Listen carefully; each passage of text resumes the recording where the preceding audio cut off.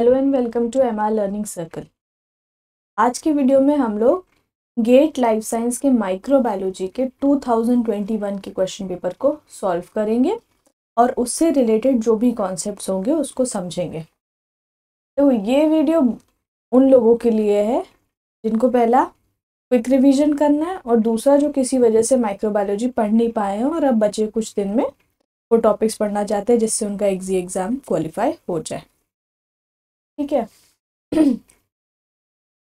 अब सिलेबस को देखें। पहले तो क्या क्या देखो, सबसे पहले हिस्टोरिकल पर्सपेक्टिव, इसका एक वीडियो बनाया हुआ है और जिसका जो टॉपिक के वीडियो बने हैं उसका लिंक डिस्क्रिप्शन में दे देंगे और जो भी पीडीएफ होगी वो टेलीग्राम चैनल पर वो भी मिल जाएगी और टेलीग्राम चैनल का भी लिंक डिस्क्रिप्शन बॉक्स। ठीक है। प्योर कल्चर टेक्निक का भी वीडियो है और प्रोकैरियोटिक सेल का भी है और फिर जो ये सेक्शन 6 है ना, कंट्रोल ऑफ माइक्रो ऑर्गेनिज्म, इसके भी दोनों वीडियो हैं, वो भी आप देख लीजिए और 1.5x या 1.75 पे देख लेना तो फटाफट रिवीजन हो जाएगा और समझ। अब लास्ट ईयर क्या हुआ था कि जो सेक्शन 7 है इससे कई सारे क्वेश्चन आए, तो इस वाले सेक्शन को हम एक बार अच्छे से पढ़ लेंगे, या तो अगर वीडियो ज़्यादा लंबी नहीं हुई तो आज ही इसको रिवाइज कर लेंगे, नहीं तो एक और वीडियो बना दूंगी जिसमें सेक्शन 7 आराम से मतलब इजी वे में, ताकि आपका क्वेश्चन सॉल्व हो जाए। अब देखो, हमेशा कीमोथेरेपी और एंटीबायोटिक से भी क्वेश्चन आता है, इसका भी एक चार्ट आपको मैं बना दूंगी, थोड़ा सा एक्सप्लेन कर दूंगी, वो वीडियो हो जाए। अब माइक्रोबियल इकोलॉजी में सबसे ज़्यादा माइक्रोबियल इंट्रैक्शन से हर साल क्वेश्चन आता है, तो ये इजी टॉपिक है, ये भी अभी हम लोग देख लेंगे। अब आते हैं 2021 के क्वेश्चन पेपर पे। तो 2021 में ये हुआ था कि दो तरीके के क्वेश्चन, मतलब थोड़ा सा पैटर्न ना चेंज हो गया। तो उसमें एक एमसीक्यू था और दूसरा था एमएसक्यू। तो क्वेश्चन जब भी पढ़ना तो देख लेना एमसीक्यू है कि एमएसक्यू। तो एमएसक्यू में क्या था कि एक से ज़्यादा ऑप्शन सही हो रहे थे और एमसीक्यू में था as you know only one option was correct. ठीक है, चलो शुरू करते हैं। अब पहला क्या है, एमसीक्यू ही है। ठीक है, क्वेश्चन 1 to 5 इज एमसीक्यू, ये देख लेना। अब फर्स्ट क्वेश्चन नंबर 1 क्या है, Antony one Leeuwenhoek observe several microscopic organisms under his handmade microscope. He described them as, easy question, animalcules. ठीक है, तो इसका ऑप्शन आंसर क्या सही हो जाएगा, सी। अब दूसरा क्वेश्चन क्या है कि which one of the following pathway oxidizes 1 mole of glucose to 2 moles of pyruvic acid along with ATP, ADP and NADPH। अब इसमें कह रहे हैं कि एक ग्लूकोज से 2 पायरुविक एसिड बन रहा है, साथ में ATP भी बन रहा है, NADH बन रहा है और NADPH बन रहा है, ऐसा ये कौन सा पाथवे है। ठीक है, अब देखो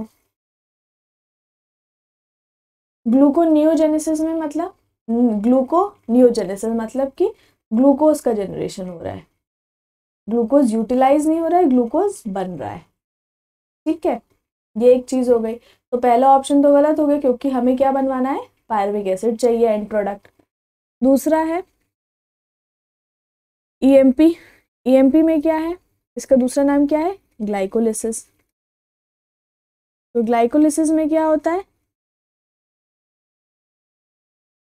तो देखो glycolysis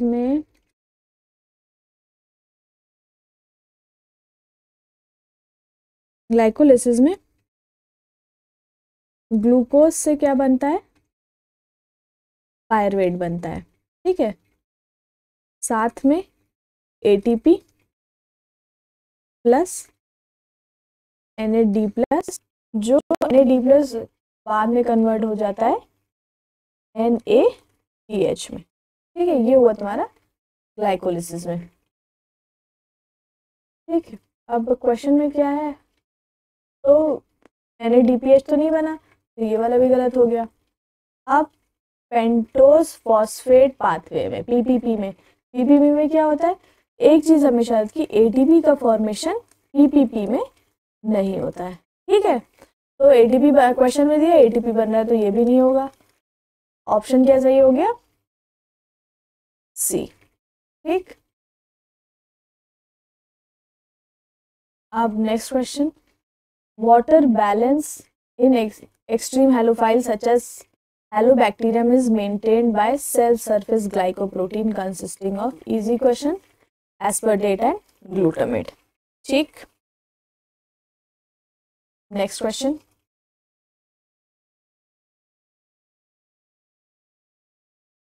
Nocardia species are not amenable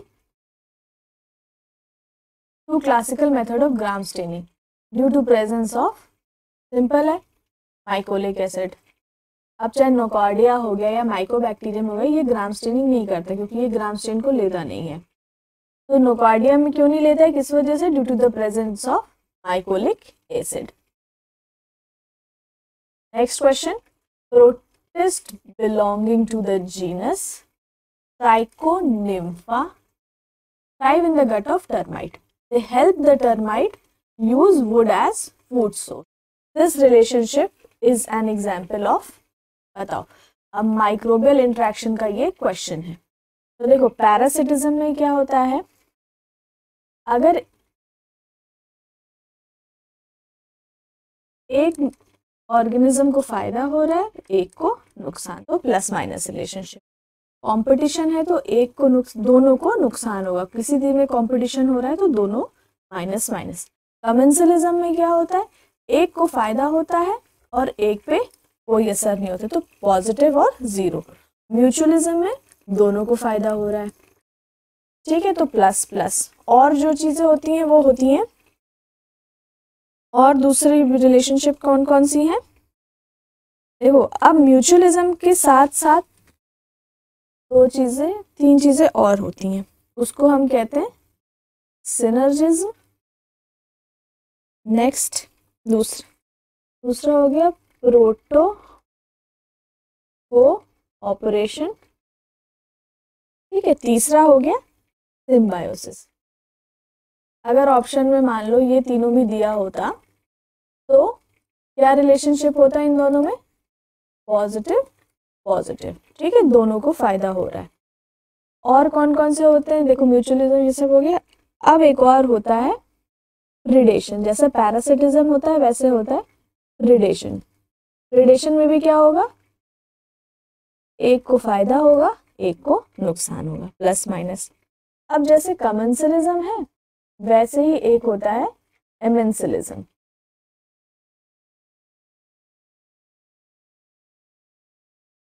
amensalism में क्या होता है, एक को नुकसान होता है एक पे कोई फर्क नहीं पड़ता, ठीक।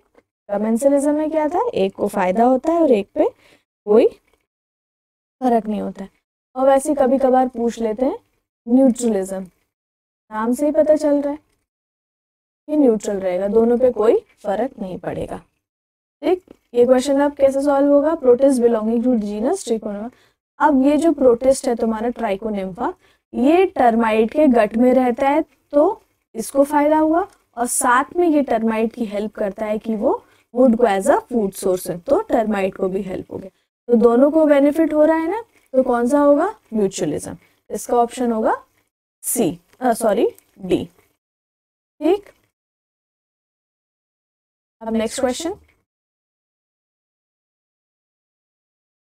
Question number 6। अब देखो क्या लिखा हुआ है, from question 6 to 9 multiple select question. अब ये सारे हैं मल्टीपल सेलेक्ट क्वेश्चन, मतलब एक से ज्यादा ऑप्शन इसमें करेक्ट है। अब 6 का देखो, विच of the following is or are used as electron donor for CO2 reduction during photosynthesis in purple sulfur bacteria, ठीक है। अब इसके लिए हमें थोड़ा सा फोटोसिंथेसिस के बारे में पढ़ना पड़ेगा।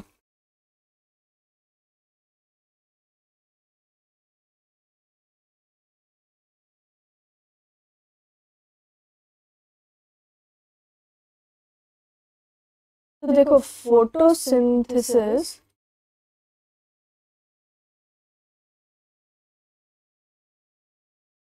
ठीक है, कौन कौन से भाई यूनिसेलुलर एल्गी करता है एक तो,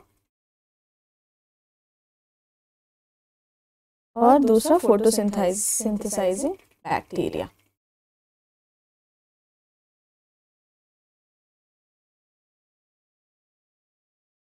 अब इनके एग्जाम्पल्स जो है ना वो याद करना ज़रूरी है। तो क्या क्या एग्जाम्पल्स हो जाएंगे फोटोसिंथेसाइजिंग बैक्टीरिया के? एक तो हो जाएगा तुम्हारा साइनोबैक्टीरिया,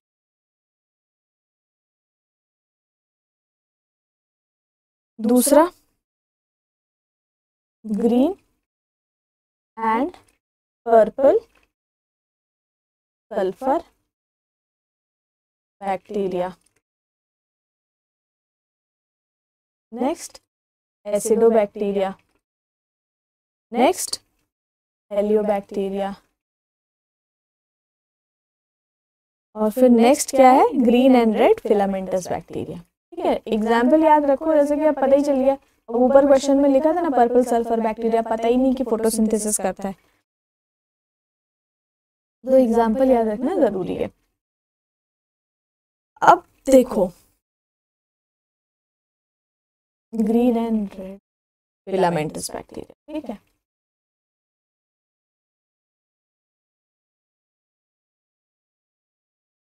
अब जो फोटोसिंथेसिस होती है उसमें दो तरीके की होती है। एक तो होती है ऑक्सीजेनिक, एक होती है एनऑक्सीजन। ठीक है, ऑक्सीजन में क्या होगा, ऑक्सीजन प्रोड्यूस होगा, जेनिक लिखा है ना, जेनिक का मतलब जनरेशन, किसका जनरेशन, ऑक्सीजन का, तो O2 will be produce, O2 का प्रोडक्शन हो, और एनऑक्सीजनिक में नो O2 प्रोडक्शन। ठीक,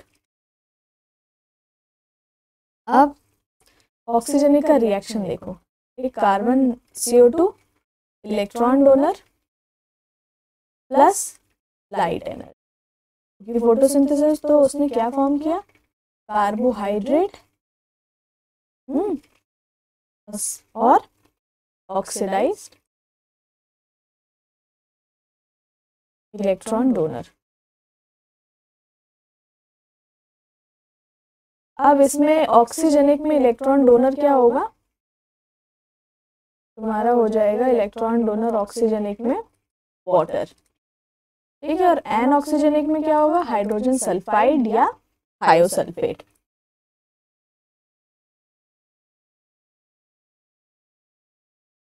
ठीक है, ये तो एक थोड़ा सा ओवरव्यू था। अब क्वेश्चन पे आओ।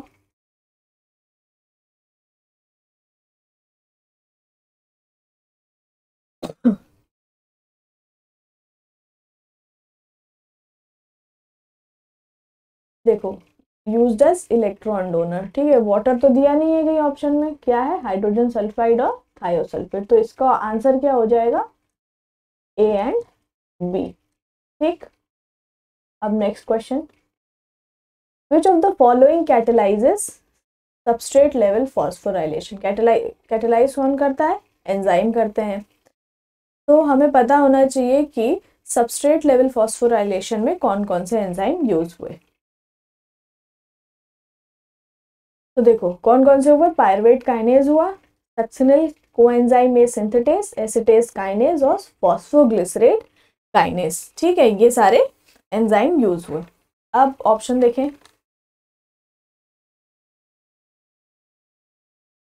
देखिए slow,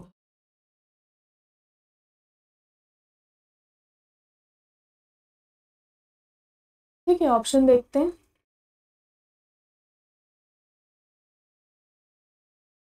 ATP synthetase, succinate thiokinase, phosphofructokinase, pyruvate kinase. बताओ क्या क्या था, एक तो सक्सिनेट थायोकाइनेस था और दूसरा पायरुवेट काइनेस, पायरुवेट काइनेस। तो इसका आंसर क्या हो जाएगा, इसका आंसर हो जाएगा बी और डी।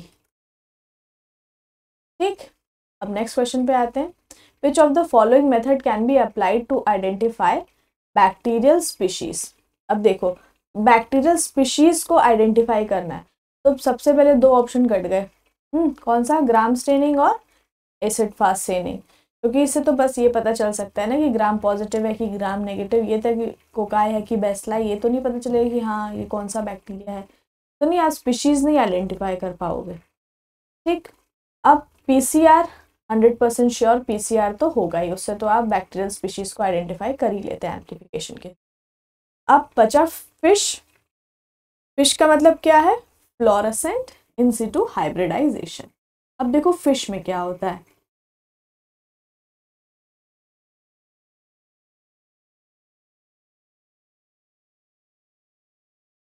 फिश में हम एक प्रोब यूज करते हैं, तो फिश में क्या probe is use, probe use होता है। और उस प्रोब में डिफरेंट कलर्स होते हैं, डिफरेंट कलर्स होते हैं जो डिफरेंट माइक्रोब को रिप्रेजेंट करते हैं। अब जैसे मान लो कि पर्पल कलर से आपने ग्राम पॉजिटिव को डिनोट कर दिया, पिंक से ग्राम नेगेटिव बैसिलाई को कर दिया, ब्लू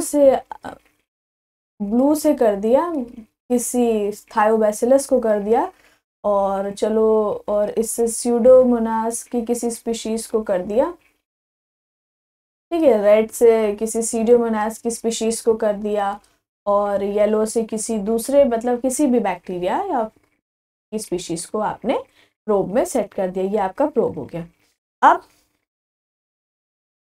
कोई भी अननोन सैंपल को आपने, unknown sample is fed into the machine, फिर उसके बाद अगर मान लो वो ब्लू कलर का है, पर्पल है, और उसने पर्पल से वो बाइंड किया, तो इसका मतलब हमने पर्पल क्या डिसाइड किया था आप लोगों ने कि ग्राम पॉजिटिव बैक्टीरिया है, और ठीक है स्ट्रेप्टोकोकस को, चलो स्ट्रेप्टोकोकस की किसी स्पीशीज को इसने डिनोट किया हुआ है, तो ये दोनों आपस में पेयर कर लेंगे तो इससे पता चल जाएगा कि ये क्या है, स्ट्रेप्टोकोकस है। ठीक है, तो पता चल गया, तो फिश से होगा, देखो फिश से भी होगा। ठीक है, तो इसका ऑप्शन क्या, आंसर क्या हो जाएगा, ए एंड बी। ठीक, यहाँ तक कोई प्रॉब्लम नहीं। अब आते हैं नेक्स्ट क्वेश्चन पे। Question number 9, which of the following events would contribute to the induction of lac operon in wild type strain of E. coli? lac operon, ठीक है, अब क्वेश्चन किसके ऊपर है, लैक ओपेरॉन के ऊपर है। अब लैक ओपेरॉन की इंडक्शन में, लैक ओपेरॉन का इंडक्शन जब करेंगे हम लोग, तो उसमें दो कंडीशन होनी चाहिए। पहला, फर्स्ट कंडीशन क्या है कि जो आपका लैक्टोज प्रेजेंट होना चाहिए, ठीक है, lactose present, and second condition glucose absent. ठीक, तो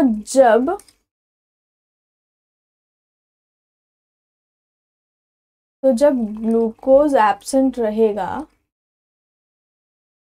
अरे बाबा, ग्लूकोज एब्सेंट रहेगा तो क्या होगा, साइक्लिक एएमपी का फॉर्मेशन। ठीक है, साइक्लिक एएमपी क्या रिलीज करेगा, सीएपी प्रोटीन। ठीक, ये सीएपी प्रोटीन क्या है, रिसेप्टर है। ठीक है, this CAP protein is the receptor. अब ये रिसेप्टर किससे बाइंड करेगा, प्रमोटर से।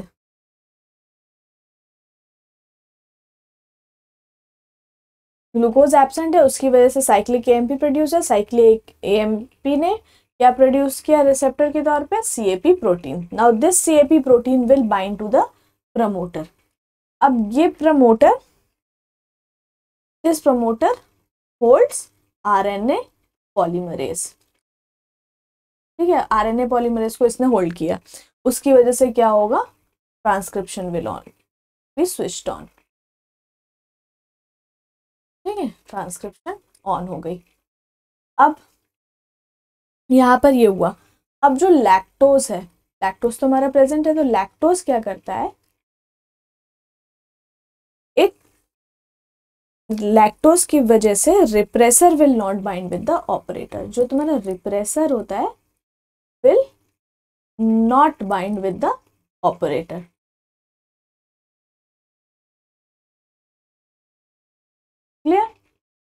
तो दो कंडीशन पता चली लैक ओपेरॉन में। पहली चीज कि ऑपरेटर शुड बी फ्री, तुम्हारा ऑपरेटर फ्री है क्योंकि लैक्टोज ने उसको रिप्रेसर से बाइंड नहीं होने दिया। ठीक है, तो ऑपरेटर फ्री है और साथ ही में जो हमारा प्रमोटर है उसने क्या किया, उसकी वजह से आरएनए पॉलीमरेज को होल्ड किया और ट्रांसक्रिप्शन ऑन हो गई। ठीक है, अब यहाँ तक कोई प्रॉब्लम नहीं ना।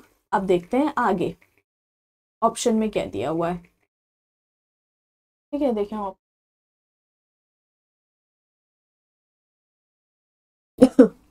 accumulation of allolactose in the cell. ठीक है, डायरेक्ट बाइंडिंग ऑफ सीएमपी, देखो डीएनए प्रमोटर से तो उसने बाइंड नहीं किया तो ये गलत हो गया।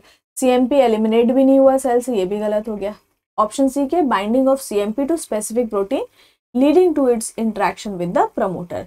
सीएमपी ने सीएपी प्रोटीन बनाया था, फिर वो प्रमोटर से बाइंड किया था। ठीक है, ये ऑप्शन सही।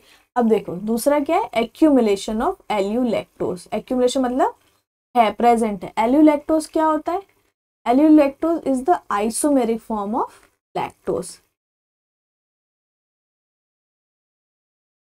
लैक्टोज, तो दो लैक्टोज जब मिलते हैं तब क्या बनता है, एल्यूलैक्टोज। तो ऑप्शन तुम्हारा क्या क्या सही हो गया, ए एंड सी। इसका करेक्ट आंसर क्या हुआ, ए एंड सी। ठीक, यहां तक कोई प्रॉब्लम नहीं। अब आते हैं नेक्स्ट क्वेश्चन पे। ये कैसा क्वेश्चन है, न्यूमेरिकल आंसर टाइप।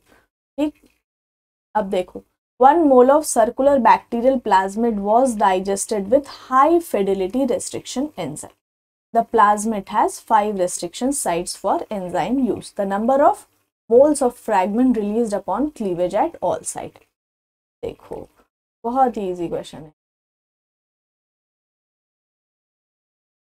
ये हो गया तुम्हारा प्लाज्मिड हो गया एक। ठीक, अब लिखा है कि 5 रेस्ट्रिक्शन साइट्स पे एंजाइम ने उसको कट किया है। तो हमारे 5 रेस्ट्रिक्शन 1 2 3 4 5। ठीक है, 5। अब पूछा क्या है, the number of moles of fragment released upon cleavage. अब क्लीवेज होने पे कितने मोल्स ऑफ फ्रैगमेंट्स रिलीज होंगे, काउंट कर लो 1 2 3 4 5। ठीक है, हो गया ना, 5 हिस्से हुए, 5 वो हुआ, 5 जगह से क्लीवेज हुआ तो 5 पार्ट्स होंगे। तो इसका आंसर क्या हो जाएगा, 5। ठीक, अब नेक्स्ट क्वेश्चन पे आते हैं। ये सारे क्या है, 11 to 16 क्या है, MCQ है। तो question number 11, under anaerobic fermentative growth condition 1 mole of glucose yields 22 gram of Streptococcus faecalis और 8.6 gram of Zymomonas mobilis. The molar growth yield, अब हमें निकालना है क्या है, मोलर ग्रोथ यील्ड निकालना है। ठीक, अब देखो मोलर ग्रोथ यील्ड का फॉर्मूला क्या होता है,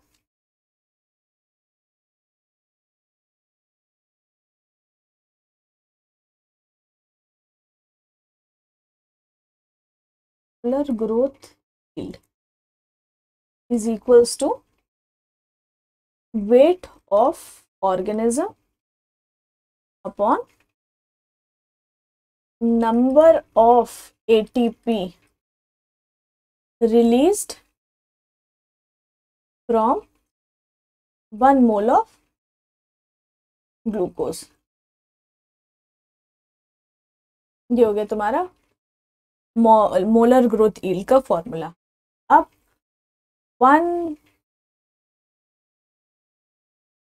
1 ग्लूकोज मॉलिक्यूल्स, एक ग्लूकोज के मॉलिक्यूल से हमें कितना मिलता है, कंप्लीट ऑक्सीडेशन पे कितने एटीपी जनरेट होते हैं, कंप्लीट ऑक्सीडेशन कितने होते हैं, 2 एटीपी। ठीक है, 2 एटीपी, ये याद रख लो। अब क्वेश्चन क्या है हमारा, अब हमारा 2 एटीपी आंसर आ गया। अब क्वेश्चन क्या है,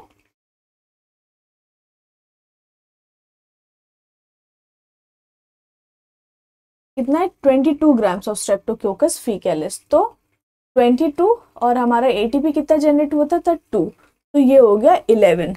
तो 22 और ये बी और सी तो कैंसिल हो गए। और दूसरा क्या है 8.6 ग्राम। तो वेट ऑफ ऑर्गेनिज्म कितना हो गया 8.6। नंबर ऑफ एटीपी जनरेट कितना हुआ था 2, तो ये हो गया 4.3। ऑप्शन नंबर ए इसका सही आंसर है ए। ठीक है, इजी। एक सिंपल फॉर्मूला है, molar growth yield weight of organism upon number of ATP release from 1 mole of glucose. Complete oxidation in anaerobic condition से क्या मिलता है, कितने एटीपी जनरेट होते हैं 2 एटीपी। क्लियर। अब next question, the order of abundance of quinones. ठीक है, यूबिक्विनोन, मेनाक्विनोन और dimethyl menaquinone on E coli growing anaerobically, मतलब in the absence of oxygen.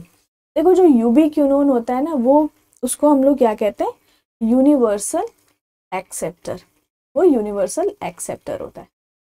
ठीक, अब जब ऑक्सीजन की प्रेजेंस रहती है, व्हेन जो ऑक्सीजन इज प्रेजेंट, तो जो यूबिक्विनोन होता है उसकी कंसंट्रेशन सबसे ज्यादा रहती है। तो that means in the presence of oxygen सबसे ज्यादा हमारा क्या रहेगा यूबिक्विनोन रहेगा। और सेकंड नंबर पे क्या रहता है डीएमक्यू, और थर्ड नंबर पे रहता है आपका एमक्यू। तो रिवर्स जब हो जाएंगी कंडीशन, दैट मीन्स एनारोबिक जब हो जाएगा, तो सबसे पहले कौन सा आएगा मिथाइल क्यूनोन, सॉरी मेनाक्विनोन, फिर डीएमक्यू, और फिर होगा तुम्हारा यूबिक्विनोन। तो ये ऑप्शन कहाँ है, ऑप्शन नंबर बी। तो इसका सही आंसर होगा बी। अब next question, what is the number of ATP generated per molecule of NADH during oxidative phosphorylation in E coli via NDH1 and cytochrome BO complex and NDH2 and cytochrome BD complex। अब assume करना है proton ATP का ratio कितना है 3 है। चलो अब इसको देख लेते हैं, ये थोड़ा सा टिपिकल क्वेश्चन है, इसको समझना। अब साइटोक्रोम हमारे पास क्या क्या हुआ दिया हुआ है, साइटोक्रोम BO और साइटोक्रोम BD। ठीक, ये एरोबिक होता है और ये एनारोबिक होता है। ठीक, तो पहला जो हमारा दिया हुआ है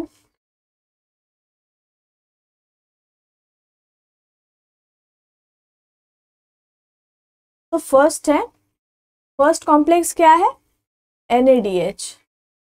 ठीक है, इन प्रेजेंस ऑफ, जब ऑक्सीजन प्रेजेंट है इन प्रेजेंस ऑफ ऑक्सीजन, तो NADH1 किससे कंबाइन है साइटो BO से, एरोबिक था। तो ये कितने प्रोटॉन को पंप करता है NADH1 4 प्रोटॉन्स को पंप करता है अपने थ्रू, और साइटोक्रोम BO ये भी क्या करता है 4 प्रोटॉन्स को पंप करता है। तो 4 + 4 कितने हो गए हमारे पास 8 प्रोटॉन्स हो गए, किससे पहले कॉम्प्लेक्स से। और क्वेश्चन में हमारे पास दिया हुआ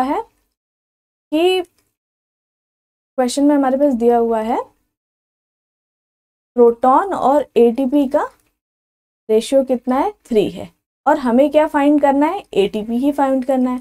तो एटीपी क्या हो जाएगा प्रोटॉन अपॉन 3। इधर हमारा प्रोटॉन कितना आया है 8 आया है, उसको हमने 3 से डिवाइड कर दिया, तो अप्रोक्सीमेटली 2.6 ना, हाँ 2.6 के आसपास आपका ये आ जाएगा, एक ये आ गया। ठीक है, अब दूसरा क्या है, और जब दूसरे कॉम्प्लेक्स में NADH2 जो सेकेंड कॉम्प्लेक्स है उसमें हमारा जो और किसके साथ है साइटो BD के साथ है, तो जो NADH2 है ये एक भी प्रोटॉन को पंप नहीं करता है। तो H+ क्या हो गया हमारा 0। और साइटोक्रोम BD कितने प्रोटॉन को पंप करता है? 2 प्रोटॉन्स को। तो इधर टोटल कितना प्रोटॉन्स हो गए? 2 प्रोटॉन्स। ठीक है, तो ATP कितना जनरेट हुआ? 2/3, तो अप्रोक्सीमेटली 0.67 के आस हो जाएगा। ठीक, अब ऑप्शन में देखो क्या दिया हुआ है, कौन सा क्लोजेस्ट, देखो ये वाला ऑप्शन सही है, तो इसका आंसर क्या हो गया? C। ठीक, इजी। अब आते हैं नेक्स्ट क्वेश्चन पे, क्वेश्चन नंबर 14। अब ये किससे है? एंटीबॉडी से। अब इम्यूनोग्लोबिन और उसके फंक्शन को मैच करना है। IgG, अब IgG का सब देख, IgG का क्या होता है? ये एलर्जिक रिएक्शंस को मीडिएट करता है। तो IgG का पहला दिख रहा है S से। ठीक है, अब देखो 1 का S सिर्फ एक ही में, तो ऑप्शन क्या सही हो जाएगा? A। अब बाकी भी मैच कर लेते हैं। IgG क्या होता है? प्लेसेंटा को क्रॉस करती है, तो ये यही फीटस को प्रोटेक्ट करेगी, तो IgG किससे मैच हो जाएगा? P से। ठीक है, IgM फर्स्ट एंटीबॉडी, किसी भी रिएक्शन के होने किसी भी इन्फेक्शन के होने पे जो पहली एंटीबॉडी बनती है वो IgM होती है, तो it will be matched with Q। अब IgA it provides localise protection to mucosal surface. ठीक है, Ig4 का R हो गया। ठीक है, तो ऑप्शन A आपका करेक्ट है। अब next question,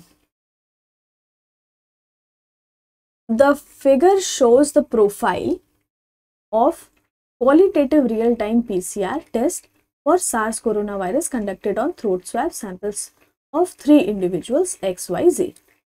Tests were carried out under identical conditions. Dotted line represent threshold fluorescent value.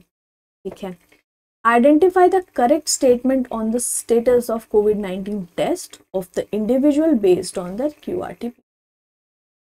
ठीक है, देखो क्वेश्चन में क्या दिया हुआ है, ये जो डॉटेड लाइन है ये आपकी होगी थ्रेशोल्ड वैल्यू, मतलब दिस इज द मैक्सिमम, इसको आप कह सकते हो CT वैल्यू हो गई। अब मैक्सिमम तो वायरल लोड किधर किधर है। ठीक है, ये हो गया टाइम आपका, नीचे वाली line number of cycles means the time. अब X को देखो, उसने पहले ही थ्रेशोल्ड वैल्यू क्रॉस कर ली। ठीक है, कर ली ना। Y ने भी थ्रेशोल्ड वैल्यू क्रॉस कर ली, तो इसका मतलब जो X है उसने पहले क्रॉस की, तो X is greater than Y। और जो Z है उसने तो थ्रेशोल्ड वैल्यू क्रॉस ही नहीं की, दैट मीन्स ये तो बहुत ही पीछे और शायद ये पॉजिटिव भी नहीं आए। ठीक, तो जिसने सबसे पहले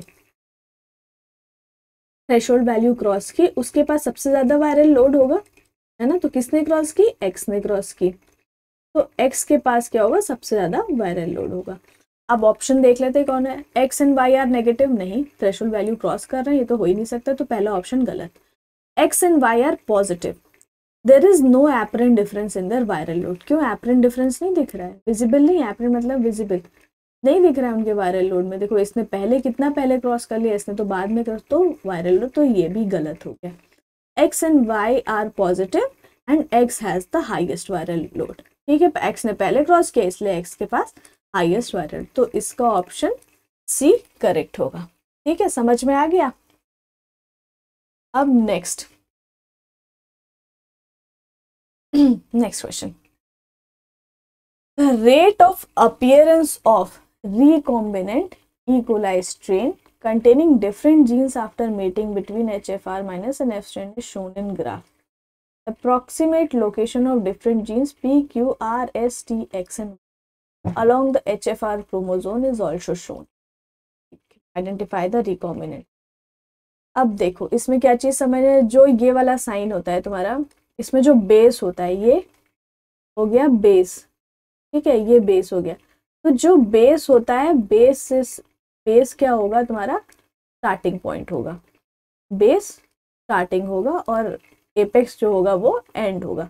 तो कहाँ से रेप्लिकेशन स्टार्ट होगा? ये यहाँ से, ऐसे this way, anti clockwise. Okay, तो जब आप इसको सीधा करेंगे तो सबसे पहले, अब देखो ग्राफ में क्या दिया हुआ है, सबसे पहले क्या बना? X बना। तो जब इधर से शुरू करेंगे तो जब सबसे जो पहले है वो पहले जाएगा, तो क्या है? P। तो X इज X प्लस, नहीं X तो इधर है, तो पहला ऑप्शन तो गलत हो गया। x, और उसमें भी थर्ड ऑप्शन में भी ये लिखा है x इज x प्लस, तो ये भी गलत हो गया क्योंकि ये तो सबसे लास्ट में आ रहा है, x तो बहुत दूर पे है। ठीक, अब नेक्स्ट ऑप्शन दिया है x इज p, तो हाँ x तो p होगा, तो ये सही ये सही है। अब क्या दिया है y इज, अब नेक्स्ट क्या है q है, तो q तो कहीं ऑप्शन में है नहीं, तो y इज r प्लस, तो y तो r है क्योंकि नेक्स्ट तो वही है, तो r ही जाएगा नेक्स्ट p के बाद, तो ये भी सही हो जाएगा। ठीक है, तो ऑप्शन क्या सही हुआ b, और z इज x प्लस, तो ठीक है z सबसे लास्ट में गया तो x भी दूर है, तो ये ऑप्शन आपका सही हो जाएगा। ठीक है, क्लियर, कोई प्रॉब्लम नहीं, बस ये याद रखना कि जो आपका बेस होता है वहां से स्टार्ट होता है और जो ये एपेक्स होता है वो एंड होता है। क्लियर, अब next question, question number 17। Question number 17 से 20 तक क्या है, न्यूमेरिकल आंसर टाइप क्वेश्चन। आप question number 17, the genome of a bacterium encodes for 10 different antigenics, 10 different surface antigen, okay, whose expression can be turned on or off randomly and independently. The number of possible antigenic combination, antigenic combination क्या होगा?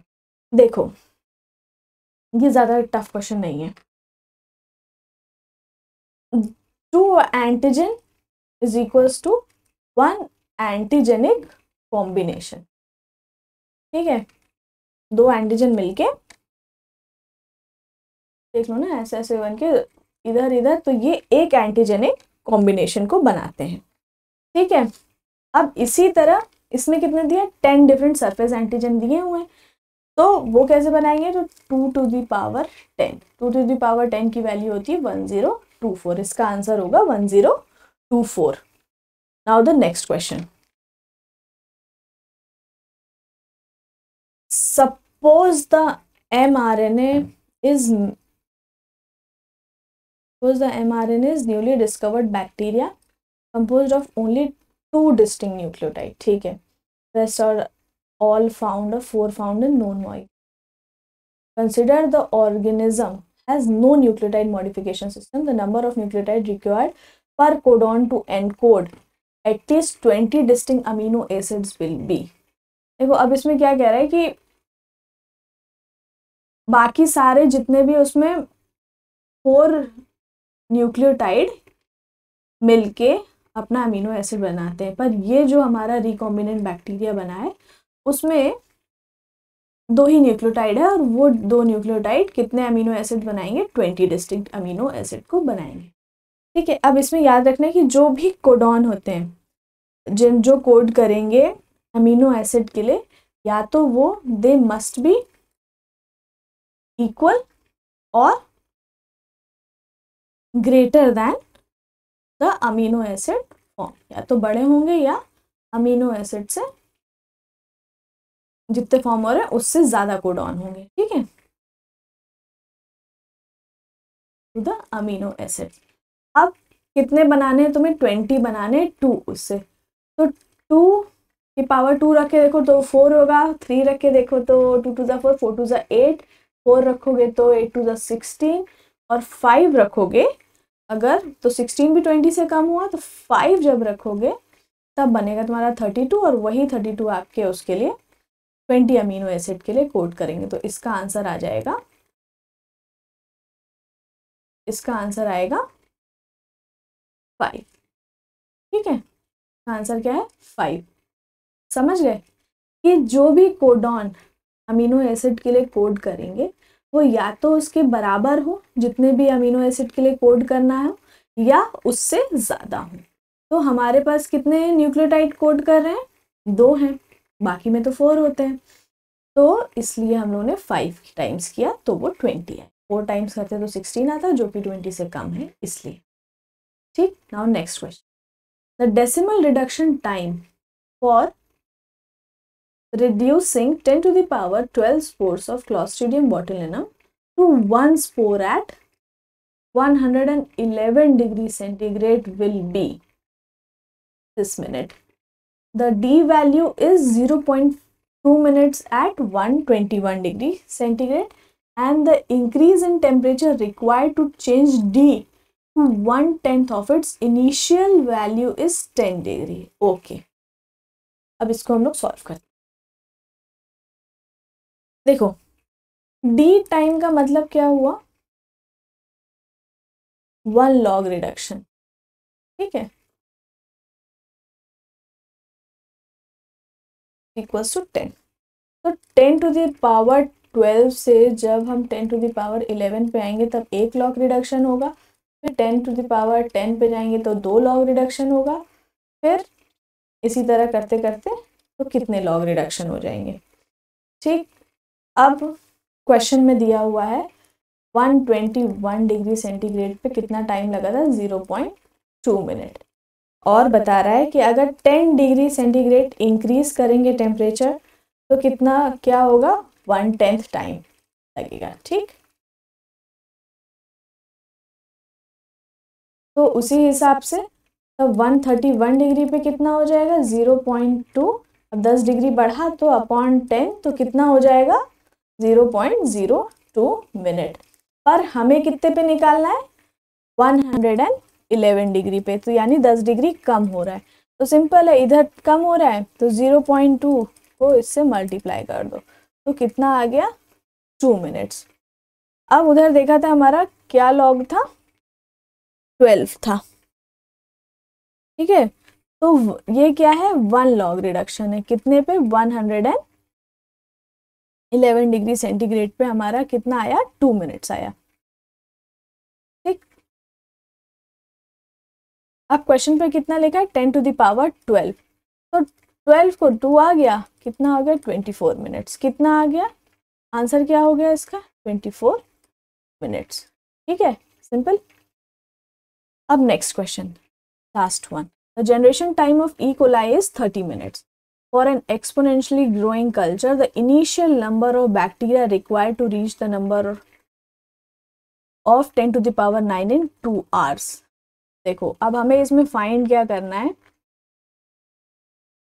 Number of generation, ये क्या है तुम्हारा NT है, और हमें find करना है N0। ठीक, अब इसको देख लेते हैं, नंबर ऑफ जनरेशन हमें फाइंड, नंबर ऑफ जनरेशन का फॉर्मूला क्या होता है, total time upon generation time.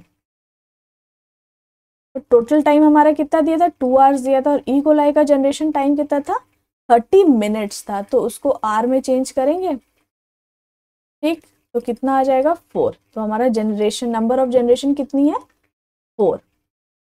अब इधर पॉपुलेशन वाले में NT is equals to N0 into 2 to the power N, N is the number of generation. NT हमारा कितना दिया हुआ है, 10 टू द पावर 9। ठीक, is equals to N0 into 2 to the power 4। Generation, number of generation कितनी थी हमारी, 4 थी। अब पहले ही दे दिया 10 टू द पावर 7, तो 10 टू द पावर 7 लिख लो, इधर 100 लिख लो, ये हो जाएगा तुम्हारा N0।